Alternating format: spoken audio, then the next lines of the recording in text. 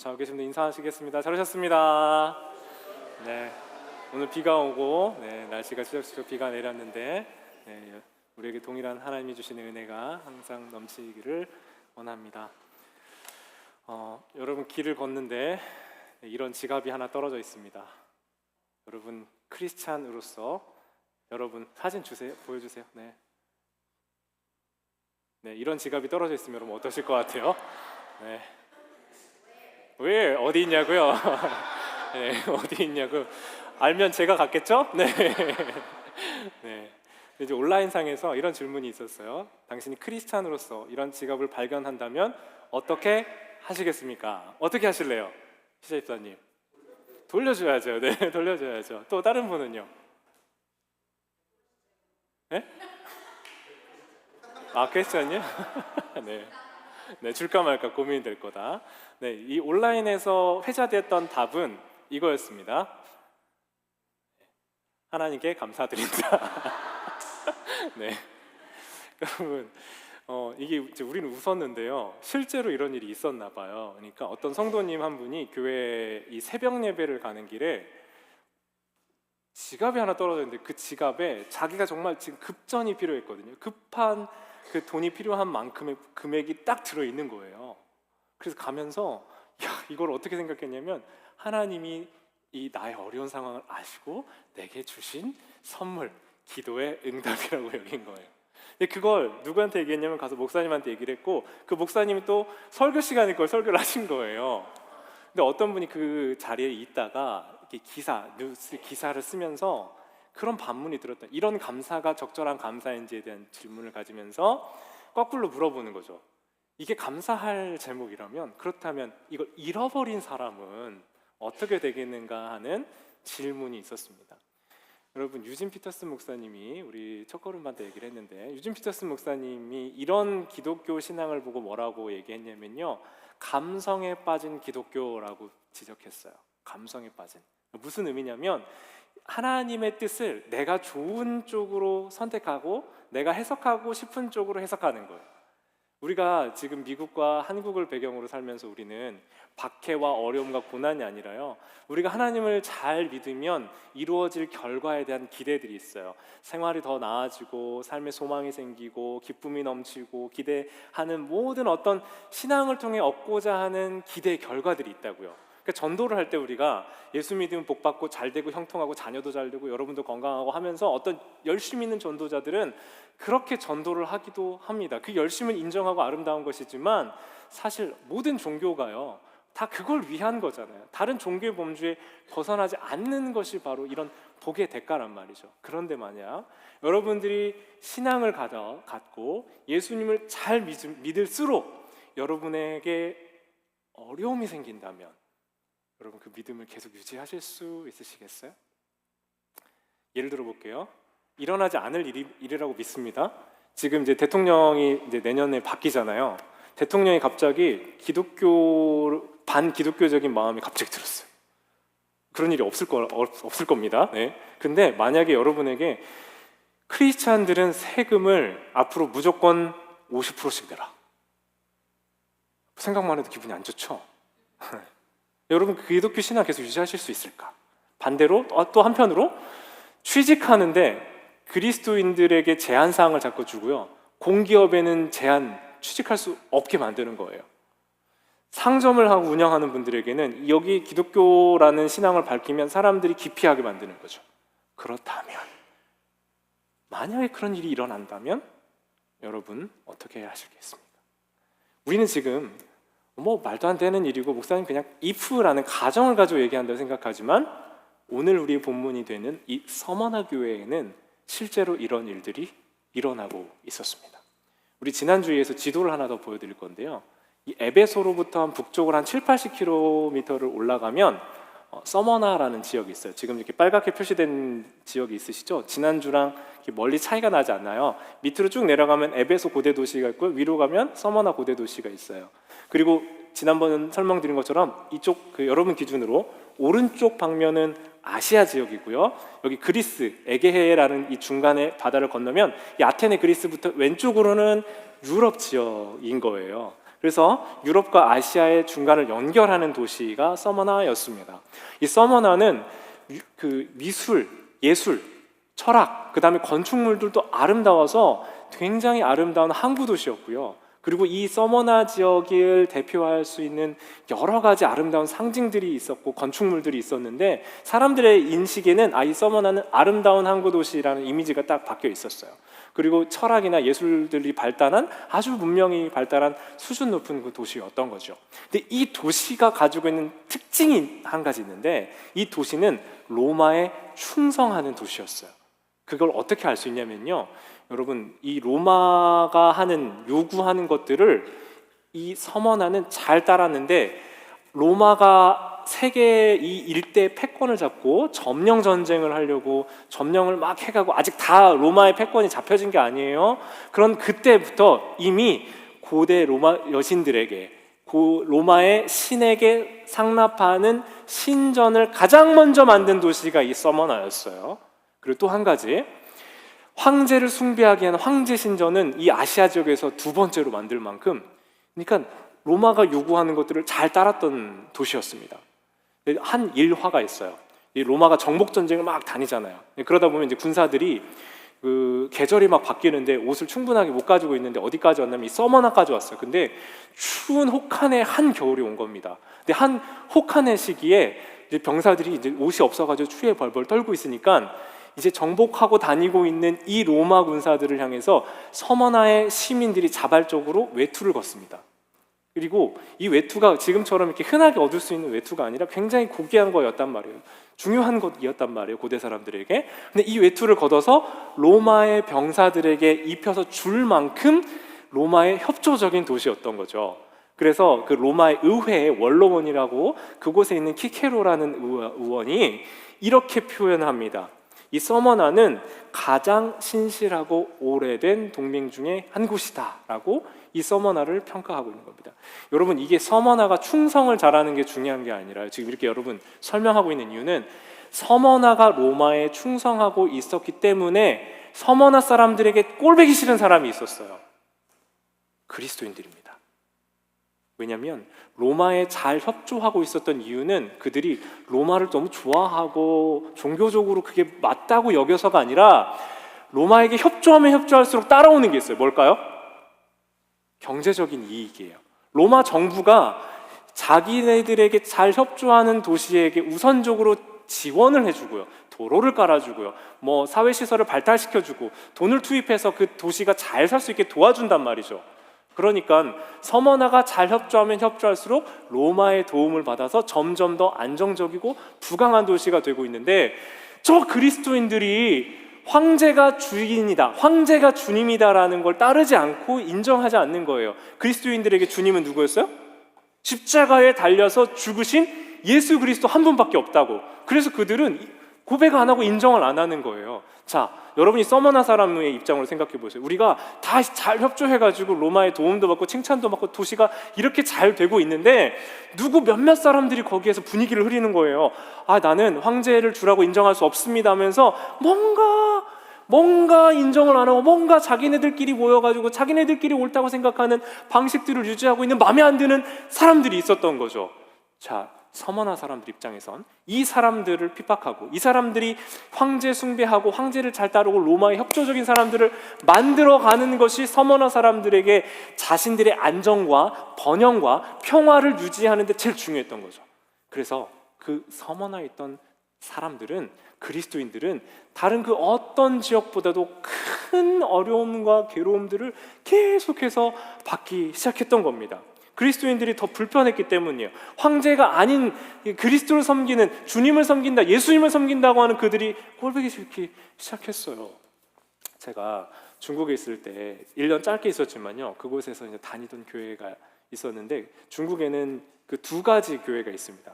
중국 정부의 공인을 받는 삼자교회가 있고요, 정부의 통제를 안 받고 숨어서 예배를 드리는 가정교회가 있어요.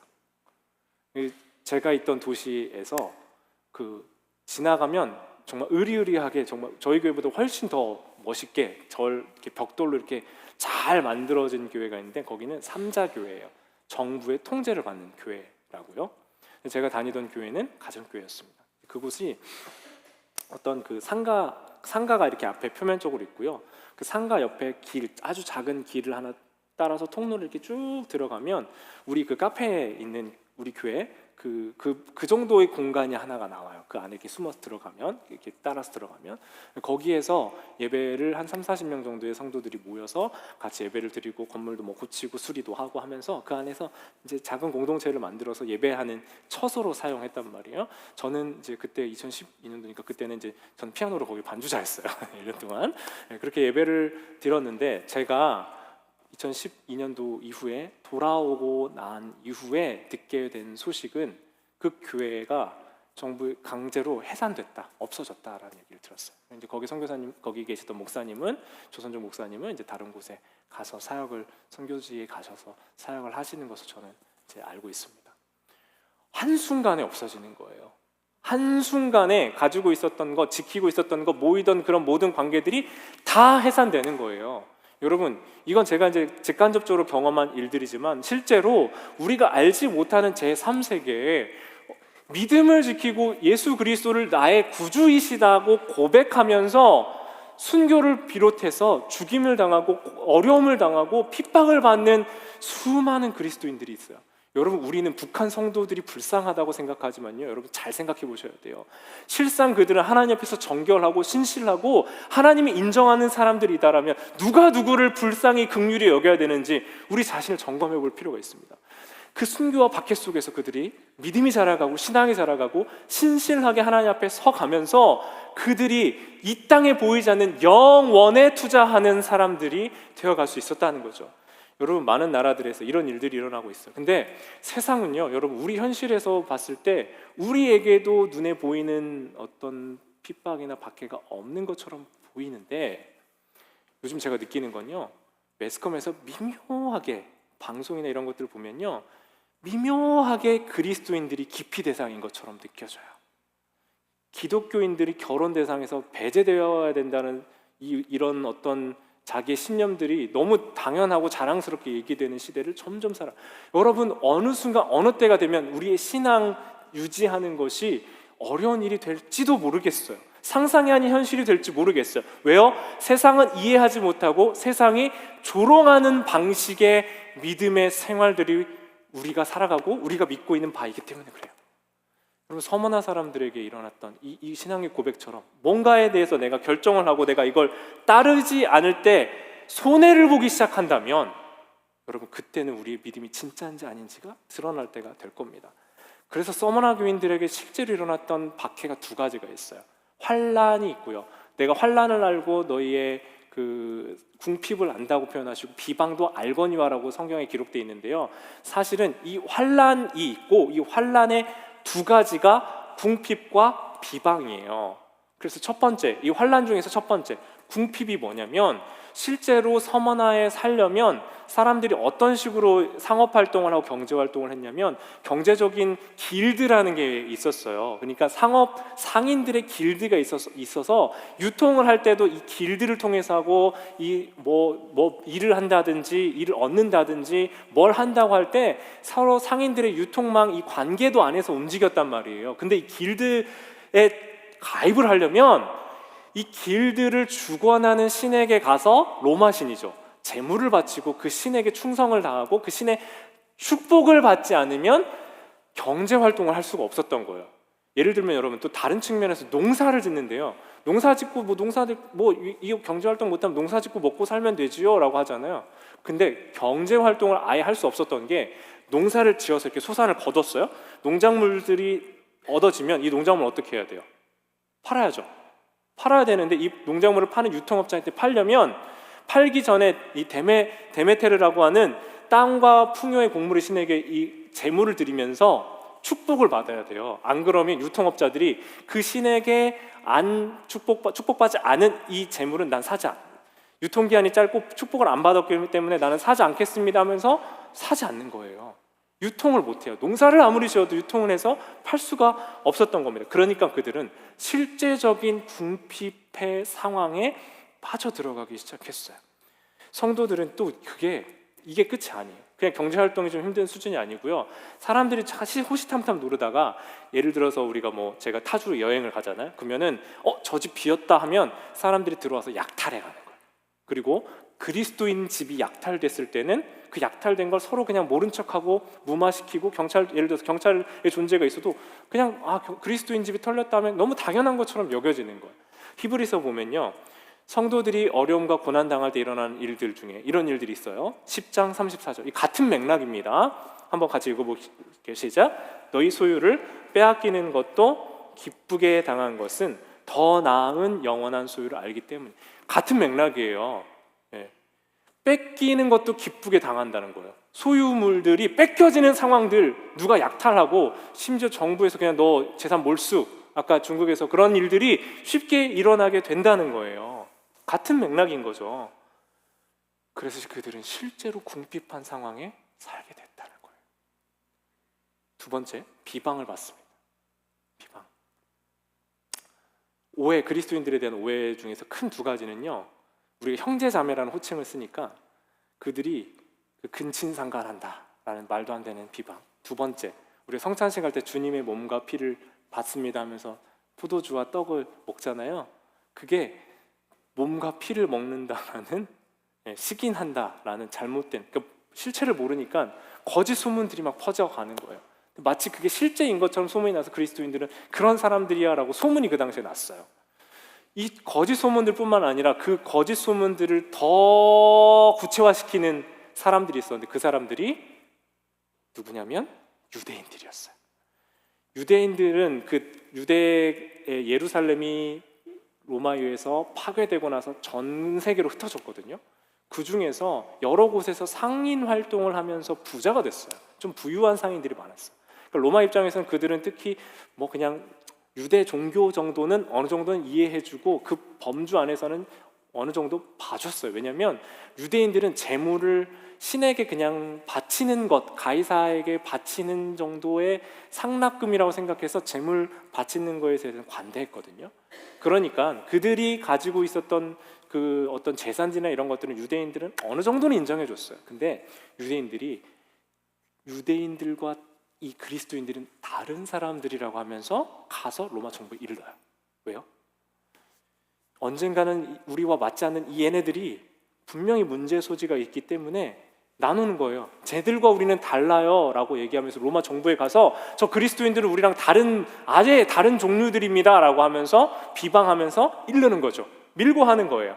그렇게 되다 보니 사실이 이간질되고 그 이간질된 관계 안에서 이 그리스도인들은 유대인들과 다른 사람이다라고 알려지게 된 겁니다. 그러니 오늘 본문 보시면 자칭 유대인이나 실상은 사탄의 회당에 속한 자들이 그들을 괴롭게 한다라고 되어 있죠. 왜요? 비방하는 그 유대인들은 아예 모르는 사람들이 아니에요. 모르는 사람들이 비방하는 게 아니라 원래 여러분 비방과 이간질과 이 깨어짐과 분쟁들은 어디서 일어나요? 아예 모르는 사람이 아니라 아는 범주 안에서 일어난다고요. 그래서 먼 곳이 아니라 가까운 곳에서 있던 그 유대인들, 어느 정도 이해할 수 있다고 하는 그 유대인들이 가서 이 일들을 하는 거 보면서 사탄의 회당에 속한 자들이다라고 말씀하고 있는 거예요. 그들이 실제로 하고 있는 일들이 그 사탄의 일들, 이간질하는 일들을 하고 있었다는 거죠. 이렇게 억울하고 답답한 상황 속에서 성도들이 어떻게 믿음을 지켰을까요, 여러분? 내가 이익이 되지 않는, 나에게 도움이 되지 않는 이 현실에 아무 이익이 되지 않는 것 같은 이 믿음의 상황들을 선만한 사람들은 어떻게 지켰을까요? 그걸 보면요, 여러분, 첫 번째로 그들은 주님이 그들을 알아주신다라는 걸 알고 있었어요. 또 한 가지, 그들은 주님께서 그들을 인정해 주시는데 그들이 실제로 실상 부요한 자들이라고 주님 말씀해 주셨기 때문에 그들은. 여러분, 우리의 눈에 보이는 이 현실 세계에서는요, 우리가 눈에 보이는 팩트라고 하는 사실의 영역이 있어요. 이건 사실이에요. 예를 들면 돈이 많으면 부자라고 하죠. 근데 리얼리티가 있어요. 실상이라는 게 있어요. 돈이 많아서 행복한 게 아니라 돈은 많지만 돈이 많아서 행복한 게 아니라 불행한 게 실상일 수 있다는 거죠. 자, 팩트가 있고 리얼리티가 있어요. 그 성도들의 팩트는요, 점점 더 어려워지고 힘들어지고 궁핍하고 비방을 받는 건 눈에 보이는 팩트예요. 근데 주님께서 너희의 실상을 안다라고 얘기하는데, 그 보이지 않는 실상, 그들의 영적인 실상, 그들이 실제로 어떤 사람들인지를 주님 뭐라고 하세요? 너희가 부요한 사람들이야 라고 말씀하신다는 거예요. 교회는 점점 쇠락해 가는데 그들을 향해서 점점 더 부요한 사람, 풍성한 사람들이다라고 주님이 인정해 주셨다는 거예요. 또 한 가지는 그들을 주님이 알아주신대요.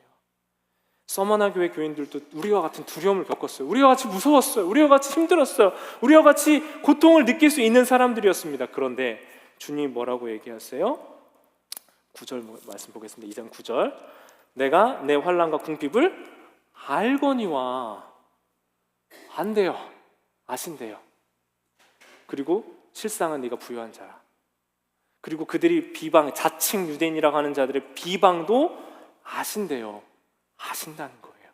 주님이 아신대요.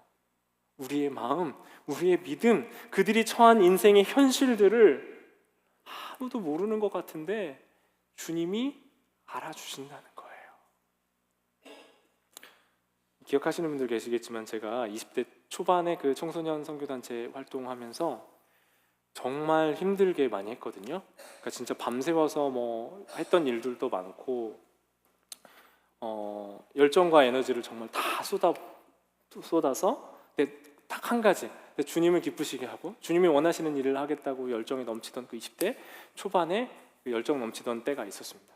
근데요, 사실 한 2년 정도 시간이 지나면서부터 제가 너무 힘들고 어렵기 시작했어요. 왜냐면 인정도 못 받지, 칭찬도 못 받지. 그 선교단체 대표 목사님이 너무 무서운 분이라서 저한테 아주 혹독하게 하셨어요. 그러니까 저한테 되게 어떤 의미에서 좀 함부로 대할 만큼 너무 저에 대한 무시와 모독과 이런 것들을 제가 많이 경험하다 보니까 제가 인정받고 칭찬받지 못하는 곳에서 그래도 내가 주님 때문에 버텨야지, 내가 주님이 원하시고 기뻐하시는 일에 도망가지 않아야지 하면서 보낸 시간들이 있었는데 그 시간이 점점 견디기가 힘들어지는 거예요. 그런데 어느 날 이제 예배 드렸던 그곳에서 모두가 떠나고 이제 마지막에 제가 그 기도를 받는데, 기도가 끝나고 그 기도해 주시는 분이 딱 한마디 해주셨던 그 말에 제 마음이 무너져 내렸습니다. 하나님이 형제님을 너무너무 사랑하세요. 네, 참 많이 사랑하세요. 그리고 나서 어떻게 하시면 그냥 가셨어요. 네, 그 간식 먹고 뭐 이제 그 교제하는 그곳으로 위층에 있었거든요. 그분은 가시고 제가 이제 마지막 순서에서 아무도 없는 이만한 예배당에 혼자 기도받고 이제 그분은 가셨는데 혼자 그냥 주님이 형제님을 참 사랑하세요 이 한마디에 제 마음이 무너져 내렸어요. 그리고 혼자 앉아가지고 하면서 그 자리에서 얼마나 많은 눈물과 콧물을 쏟았는지 모릅니다.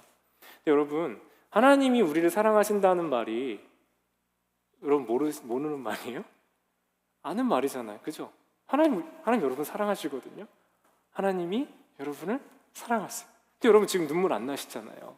근데 제가 그 자리에 들었던 그 메시지 안에, 그 말씀 안에, 그분의 그 기도와 그 마지막 한마디 안에 제가 뭘 느꼈냐면 하나님이 저의 지금 이런 마음과 저의 이런 상태와 저의 이런 연약함 중에도 내가 포기하지 않고 내가 주님이 있으라고 한 그 자리와 사랑하라고 하는 사랑과 충성을 다하라고 다한 그 자리를 지키고 있는 것을 주님이 알아주신다고 전 느꼈기 때문에 제 마음이 무너져 내렸던 거예요.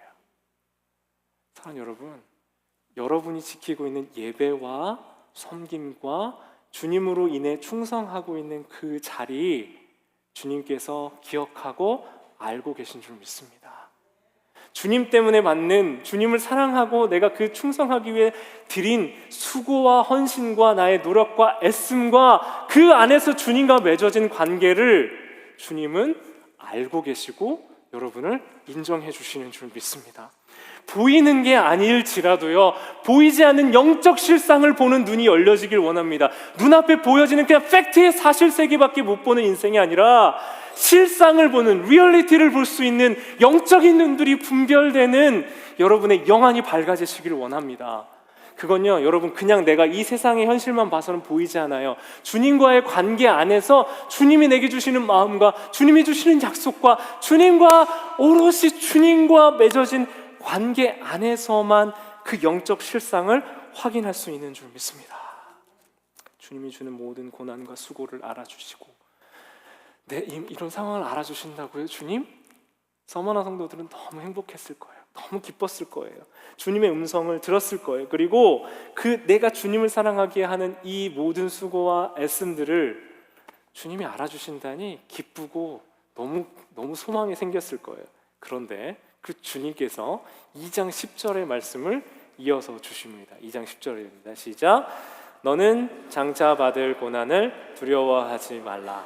볼지어다 마귀가 장차 너희 가운데에서 몇 사람을 옥에 던져 시험을 받게 하리니 너희가 10일 동안 환난을 받으리라. 내가 죽도록 충성하라. 그리하면 내가 생명의 관을 너에게 주리라. 사랑하는 여러분, 하나님이 이렇게 하시는 거죠. 예수님이 내가 잘 알아. 수고하지? 애썼어.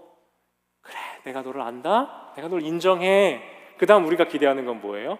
자, 이제 그 모든 어려움은 끝났고 이제 너에게 꽃길이 열릴 거야. 이제 박해와 어려움도 없고 이제 너에게는 소망의 일들만 많이 있을 거야. 할렐루야, 주님 감사합니다. 이런 엔딩이어야 되잖아요. 근데 뭐라고 하는 거야? 그래, 힘들 거야. 지금까지 잘했어. 인정해, 칭찬해. 근데 앞으로 더 힘들 거다 라고 말씀하십니다. 장차 고난이 있을 거야. 힘들 거야. 여러분, 이 말씀을 보면 여기 보면 죽도록 충성하라 라고 얘기하죠. 내가 생명의 관을 내게 주리라. 이 말씀이요, 이렇게 임직식이나 헌신 예배나 어떤 결단을 다짐하는 예배 자리에서 많이 쓰인단 말이에요. 목사님들이 이 말씀 가지고 말씀을 전할 때 이렇게 죽도록 주님 앞에 충성하면 주님이 아시고 우리에게 더 큰 복을 허락해 주실 것입니다 하면 밑에서 아멘 하고 우리 동의하고 그렇게 산단 말이에요. 근데 사실 이 맥락을 보시면요, 그 말씀이 아니에요. 네가 죽을 때까지 충성을 해. 근데 너에게는 계속되는 어려움도 있을 거고 문제도 있을 거고 네가 그리스도인으로 네가 그리스도를 부인하지 않고 살면 너의 삶의 박해와 고난과 어려움이 끊기지 않을 수 계속될 수 있어. 그런데 네가 끝까지 견뎌내렴, 끝까지 이겨내렴, 끝까지 힘을 내렴. 그러면 내가 너를 위해 이 땅에서는 아니지만 너를 위해 준비한 면류관을 줄 거라고 약속하신 거예요. 그 관은요, 로마에서는 이제 이 화관을 썼어요. 경기에서 승리한 승리자나 개선 장군이 화관을 썼다고요. 이 잎으로 된 화관을 쓰면 이게 잎은 아무것도 아니에요. 근데 그걸 쓴 사람을 온 도시의 사람들이 존경하고 존중하며 존귀하게 여겨요. 하나님께서 서머나 교회 성도들에게 그 약속을 주시는 거예요. 내가 너희를 지키고 끝까지 너희와 함께하리라는 약속을 주신다고요. 근데 여러분, 제가 이 말씀을 준비하는데 너무 힘든 거예요. 왜냐하면 여러분에게 이 말씀을 전하고 말씀을 선포해야 되는데 여러분에게 이 말씀의 의미가 도대체 어떻게 느껴질까? 이 땅에서 살아가는 우리에게 어떤 의미로 느껴질까? 제가 이 말씀을 준비하는데 마음이 너무 복잡한 거예요. 근데 제가 제 사고에 아주 잘못된 한 부분이 있다는 걸 말씀 준비하면서 깨달았어요. 왜냐하면 저는 제 가지고 있는 성향도요, 효율과 성과나 이런 것들이 되게 중요한 것처럼 오랜 시간 동안 살아왔다 보니 뭐가 있냐면, 주님, 근데요, 이 땅에서의 성과, 우리의 충성의 결과가 없으면 우리 성도들에게 제가 뭐라고 설명해야 돼요? 이걸 어떻게 설명할 수 있고 이게 어떻게 납득이 될 수 있어요? 라고 제 안에 효율과 시스템에 의해서 조직이나 시스템이 움직이는 것처럼 생각했다고요. 이 세상의 원리가 신앙 안에 그대로 들어와 있을 때 이 땅에서 복주지 않는 신은 매력이 없는 신처럼 느껴지는 거 아니에요? 내가 이 땅에 살면서 내 인생에 도움되지 않는 신, 내가 아무리 섬겨도 내 인생의 문제와 어려움이 해결되지 않는 신이라고 생각을 해버리니 비효율적인 신이고 매력이 없는 신이라고 느껴진다고요. 그런데요, 여러분, 제 마음이 부서졌던 이유고 깨졌던 이유는요, 우리 주님은 내가 뭘 해서 얻어지고 내가 수고해서 결과를 얻는 대상으로서가 아니라 이미 나의 생명과 나의 존재를 어둠과 사망과 죽음에서 건져내 구원으로 인도해 주신 나의 생명 주님, 나의 주인이시자 나의 구원자이시잖아요. 그 구원하신 주님의 사랑을 이미 우리는 받은 사람이, 받아 누린 사람이 이 어려움과 환난의 때, 이 10일이라고 하는 시간은요 얼마간의 때를 의미하는 거거든요. 이 시간들을 견뎌낼 수 있다고 약속해 주시는 거예요. 그리고 그 끝까지 그 사랑 안에 거해서 이 약속과 충성 안에 너희가 이것을 지켜갈 때 너에게 예비된 그 약속의 생명의 면류관이 준비되어 있어 라는 걸 주님께서 말씀해 주시는 거죠. 나를 사랑하시고 나를 구원하신, 이미 우리에게 영원한 약속의 생명을 주신 그분의 약속이 내 삶에 이미 허락되고 주어진 줄 믿습니다. 한 알의 밀이 땅에 떨어져 죽지 아니하면 한 알 그대로 있고 죽으면 많은 열매를 맺느니라. 제가 이 말씀이 자꾸 생각나요. 내 삶이 여기서 떨어져 죽으면, 내 삶이 떨어져 죽으면 그 죽은 것을 통해서 그 열매들은요 수백 배, 수천 배의 열매가 맺어집니다.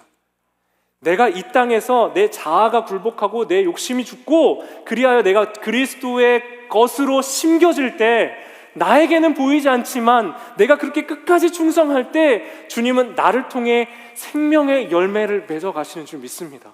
아브라함도요 밤하늘의 별과 같이 바다의 모래와 같이 많은 민족을 너에게 줄게 하는 약속을 받았잖아요. 약속 이루어졌어요? 그의 때에는 이루어지지 않았어요. 그러나 그가 죽고 나서 400년 이후에는 그 약속이 이루어졌다고요. 그 약속을 하나님이 지키신다고요. 그 지키신 하나님이 하나님 뜻대로 약속을 주시고 그것을 붙들고 있는 사람에게는 결국 그걸 이루어 가시더라고요. 사랑하는 여러분, 지금 눈에 보이는 사실의 세계가 아니라, 팩트가 아니라요, 실제의 세계, 리얼리티의 세계, 약속된 세계의 약속을 받아 누리시는 여러분 되시기 바랍니다. 눈에 보이질 않지만 그 약속이 나를 사랑하시는 그 주님을 통해 이미 우리에게 도착한 줄 믿습니다. 주님을 향한 진정한 신앙은요 이 땅에서의 보상이 아니고요 주님 자체를 얻는 거예요. 주님을 얻게 돼요. 주님 손에 있는 뭐가 아니고 주님을 얻게 돼요.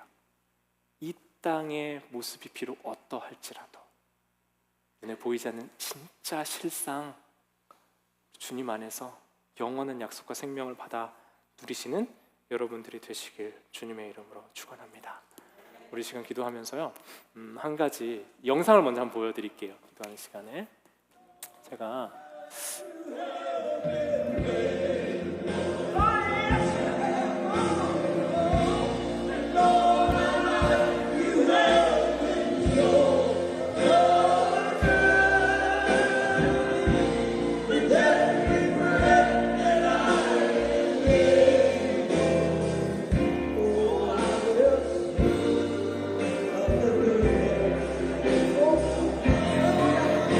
여기까지 넘어가겠습니다. 여러분 너무 멋있죠? 네. 근데 제가 이 영상을 볼 때 그 영상을 이제 제가 처음 봤을 때 되게 뭉클하면서 울컥하는 마음이 들더라고요. 가사가 뭐냐면요, 오늘 우리가 함께 찬양했던 All my life you have been faithful, All my life you have been so good, 이거예요.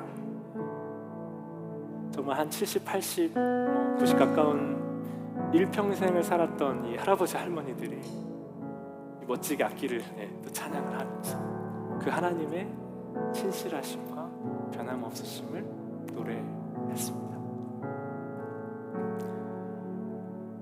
이 서머나 교회를 섬겼던 목회자였던 폴리캅, 유명한 이 폴리캅이라는 사람이 결국 로마교회에서 화형당하는 순교를 당하게 됩니다. 그분이 예수님 부인하면 당신을 죽지 않게 용서하고 구원해 주겠소 하는 말에 이렇게 웃으면서 얘기하죠. 나는 이 불타는 이 잠깐의 시간만 지나면 영원한 약속과 생명에 참여하게 되는데 당신은 어떻게 하려고 그럽니까? 그러면서 나의 지난 86년간의 생애 동안, 이분이 86세이셨겠죠, 죽임 당할 때, 주님은 나에게 신실한 분이셨다라고 얘기합니다. 한 번도 저에게 해를 끼친 적이 없으신 그 신실한 주님이셨다고 고백해요. 그리고 그런 그분을 내가 어떻게 모독하고 부인할 수 있겠습니까? 하고 불태워져서 순교를 당했습니다. 그럼 제가 이 말씀 준비하면 오늘 이 말씀이 아직 주님을 만나지 못하고 주님이 어떤 분이신지 경험하지 못한 분들에게 어떤 의미일까?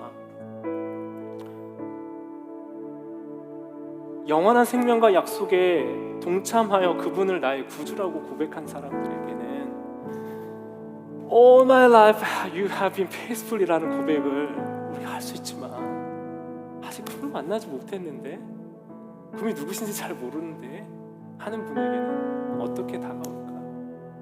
그리고 죽도록 충성하란 말이 잘못하면 교회에 죽을 때까지 충성하세요라는 말로 들여서 오해를 만들면 어떠나. 근데 여러분, 이 말씀은요, 이 충성이라는 말의 핵심이에요. 주님이 나의 주님이시다라는 고백을 충성, 믿음과 같은 표현이에요. 피스토스라는 같은 표현, 끝까지 지키는 것. 다른 그 무엇과 같이 섬길 대상이 아니라 나의 우선, 나의 주, 내 인생의 왕, 끊임없이 자기가 자기 주인 노릇하고 있는, 그리하여 모든 죄의 근원인 자기 중심성 안에 갇혀있는 우리의 그 주인이 바뀌는 일들이 우리 안에 있기를 원합니다. 그리고 그 주님은 정말 좋으신 분이셔서 그분의 평생, 우리의 평생에 그분의 신실하심과 인자하심과 자비하심이 우리와 함께하고 계신 줄 믿습니다. 그리스도인들도 고난당할 수 있고요, 경제적으로 어려울 수 있고 문제가 있을 수 있어요. 저도 예수 믿으면 복 받아요, 잘 돼요, 이렇게만 얘기하고 싶은데, 물론 주님의 선하심은 그렇게 역사하시기도 하고 주님의 능력엔 제한이 없으세요. 그리하여 우리에게 좋은 것 주시길 원하시는 분이십니다. 그런데 때로는 여러분, 이 서머나 교회를 사랑하지 않아서 그들에게 고난이 있었던 게 아니에요.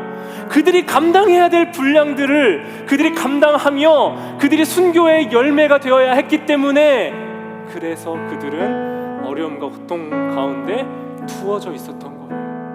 우리의 인생에도 여러분, 우리가 알지 못하는 일들이 그리스도인들에게도 일어날 수 있어요. 여러분들도 지금 여러분의 삶에 해석되지 않는 부분들이 있으실 겁니다. 내가 예수님의 뜻대로 살고 싶고 예수님을 더 잘 알고 싶고 만나고 싶은데 내 마음대로 안 되는 나의 현실들이 있단 말이죠. 그 현실 가운데 여러분, 잊지 말고 기억하십시오. 주님이 나를 알아주시고 내가 그렇게 주님 앞에서 살려고 할 때 주님이 나를 인정해 주신다는 이 두 가지를 반드시 잊지 않으시길 바랍니다. 그리고 끝까지 주님을 부인하지 않고 주님을 나의 구주로 고백하며 그의 신실함을 지키는 사람을 주님 기억하시고 의롭게 여기시고 칭찬하시고 하늘나라의 면류관 상을 예비하고 계신 줄 믿습니다. 찬양 한번 하고 같이 우리 주님을 향한